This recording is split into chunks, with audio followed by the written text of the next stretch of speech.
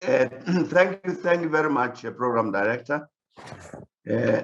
Director and Chief Executive Officer of the African Legal Support Facility, the ALSF, Mr. Stephen Karangizi, the distinguished members of the Governing Council and the Chairperson, Christopher Chalmers, distinguished members of the ALSF Management Board and the Chairperson, Ms. Eva Jala, Your Excellency, President of the African Development Bank, Dr. Akinwumi Adeshina, Honorable Ministers of State and representatives of the ALSF, regional member countries, ladies and gentlemen, I'm certain that all of us are of one mind that one of the urgent and central tasks on our continent, Africa, is the radical reduction and ultimate defeat of poverty and underdevelopment. The painfully tragic consequences of our failures in this regard are plainly visible throughout Africa. It is also a very troubling and established fact that these socioeconomic conditions tend to reproduce themselves. It is for this reason, for instance, that in many cases, poverty assumes an intergenerational quality. We're now 9 years away from the 2030 target date set for the achievement of the SDGs, the Sustainable Development Goals. As we all know, these are justifiably very ambitious and hold out an exciting promise in terms of the betterment of the human condition. And happily, a critically important principle informs the pursuit of the SDGs, the principle that no one should be left behind. The Bertelsmann Stiftung has facilitated the publication of the 2020 Africa SDG Index and Dashboards Report, which according to its authors, provides an assessment of where African countries stand with respect to the SDGs and their progress towards the goals, with the additional lens of leave no one behind. Among others, the report says that serious challenges exist and the majority of countries are currently performing very poorly. As in last year's report, no country scored green for 13 of the 17 goals.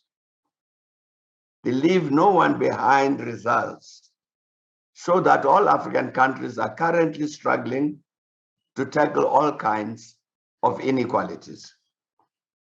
And the report goes on to say, across all countries and goals, the most frequently observed trends are stagnation and moderate improvement, which improvement is a positive development as compared to the 2019 analysis, which was overwhelmingly stagnant.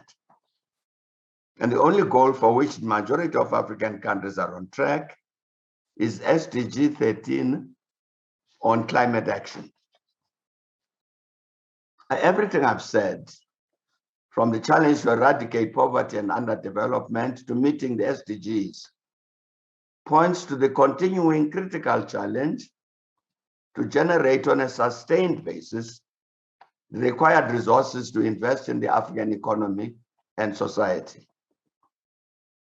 In this context, I'm indeed honored and delighted to speak in this event to mark the extension of the term of the African Legal Support Facility, the ALSF, for a further 14 years. The facility has already established its place as what might be called a frontline fighter to secure for Africa the resources we have mentioned.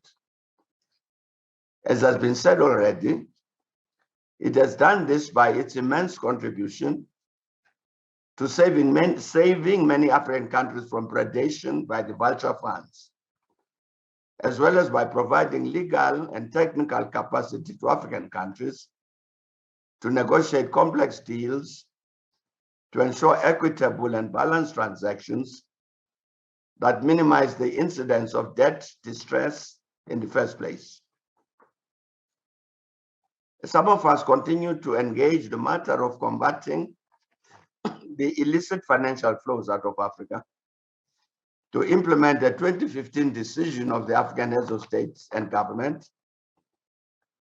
And the importance of this matter was emphasized earlier this year when UNCTAD said that annually, Africa loses $88.6 billion through illicit financial outflows. As part of the work to combat these outflows, we helped to constitute the consortium to stem IFFs from Africa, composed of 17 African organizations. We're indeed very, very happy that the ALSF is a member of this important body. We mention this because the ALSF must tackle the fight against the illicit financial flows as one of its major tasks, incorporating this among its standard advisory tasks. I'm happy that our colleague, Stephen Karangizi, mentioned this. We believe that specifically the facility must assist the African countries to negotiate fair and balanced contracts, among others, to eliminate opportunities for illicit receipt, use, or transfer of funds, such as contract secrecy, non-transparency, and tax incentives. That the facility must assist in the matter of asset recovery and repatriation to help give effect to the AU Assembly 2020 decision on the common African position on asset recovery.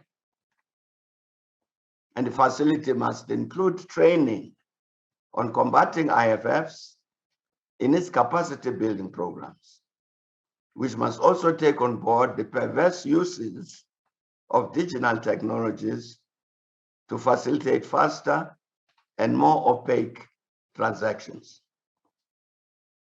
Fundamental to the existence of the ALSF is the sad but important reality that many of our African countries do not have the legal expertise which has become so critical in the ordering and management of human and social relations during this continuing process of globalization. It is therefore of great strategic importance to our continent that the decision has been taken to extend the term of the facility for another 14 years. And we wish the facility success in its invaluable work. I'm also happy to take this opportunity to congratulate our colleague, Stephen Karangizi, on his successful tenure at the helm of the facility over the past 10 years, which I understand that tenure, and I understand, ends next month. On behalf of our high-level panel on illicit financial flows from Africa of the AU, I wish to thank Stephen and the ALSF for their contributions, especially to the consortium to stem IFFs from Africa. And we look forward to continued collaboration with the facility. And best wishes for the conference as it continues. And thank you very much for your attention.